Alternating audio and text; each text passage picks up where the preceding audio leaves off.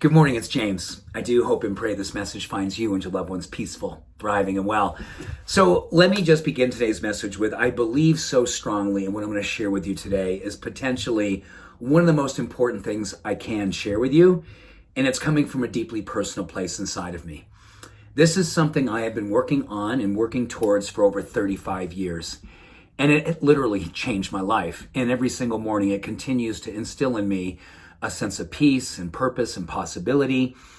And it's one of the things I wanted to do back in my mid-20s when there was so much drama in my life. And I was thinking, oh my gosh, if I could just find a way to quiet the drama, to quiet the noise, to quiet what's going on outside of me, because it's finding its way in me, then maybe for once, in the first time in my life, 2.5 decades into living it, I might be able to find glimpses of personal peace. And I share that with you because for the first 2.5 decades of my life, there was so much turmoil. There was so much challenge. There was so much not enoughness and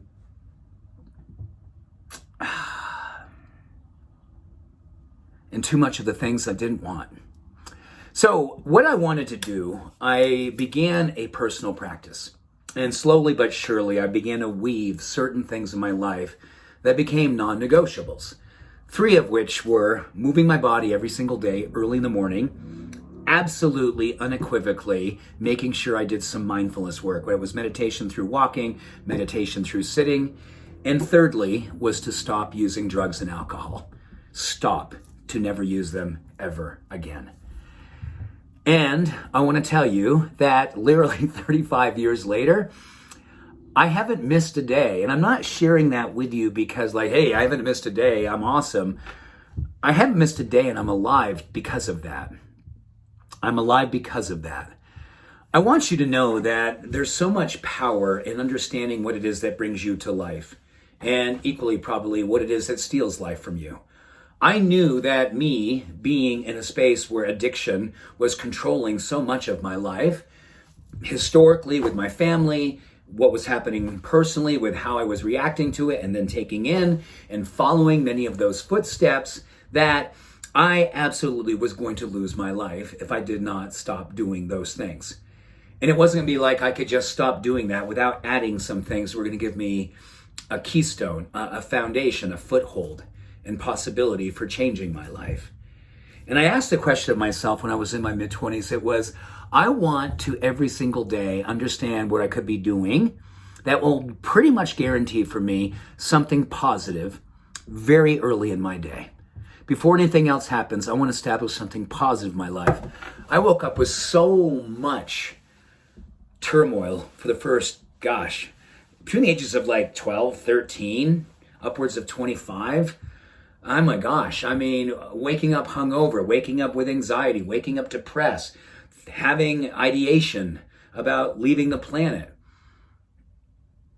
It was dark. I woke up dark.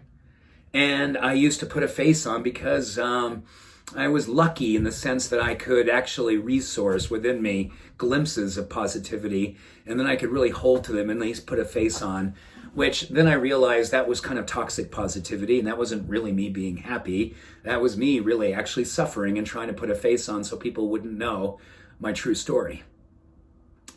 So it wasn't until I really got sober, spiritually sober, emotionally sober, then physically sober, that I began to transform my life. You know, you could hear this, and you may hear this and go, oh my gosh, same thing every single morning for 35 years?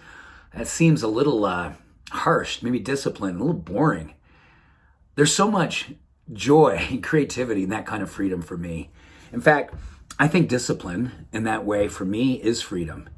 It's agency, it's autonomy, it's creative space for me to create what it is that I know that brings me to life. And I really kind of looked at this word discipline as being a student. I was definitely a student of what brought me depression, what brought me addiction, what brought me darkness, what brought me to my knees, until finally I began to pray myself into a healing experience that showed up in the form of moving my body, meditating and praying like my life depended on it because I wanted to be here, And absolutely,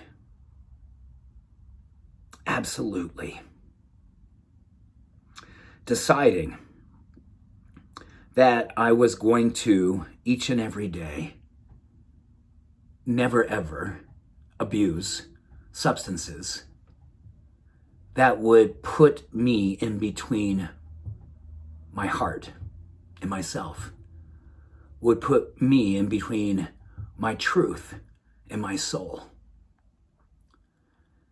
I wanted to have everything be transparent. I wanted everything to be open and vulnerable, because I believed if I could, then maybe I could love myself into an evolution, which eventually became my revolution, which eventually became my healing experience. And every morning for the next 35 years, and again this morning, I practice. It's not perfect, but it's a practice. And this practice is my purpose, giving rise to what it is that I believe each of us, every single one of us, would love to have. A beautiful, predictable knowing that each and every morning we could reach for practices that would help us to understand the power of purpose and open us up to unlimited possibilities for the time that we're here. And maybe more importantly than anything, wanting to be here for all of it. The good stuff, the hard stuff, the light stuff, the dark stuff. It's all the stuff that I experience every single day, just like everyone else. But I have the desire to be here for it, learn from it, and grow into it, and grow from it. Thank you for listening this morning. That was a lot. And I feel safe here sharing a lot with you. Thank you. Much love and every blessing. Have a beautiful day. Bye for now.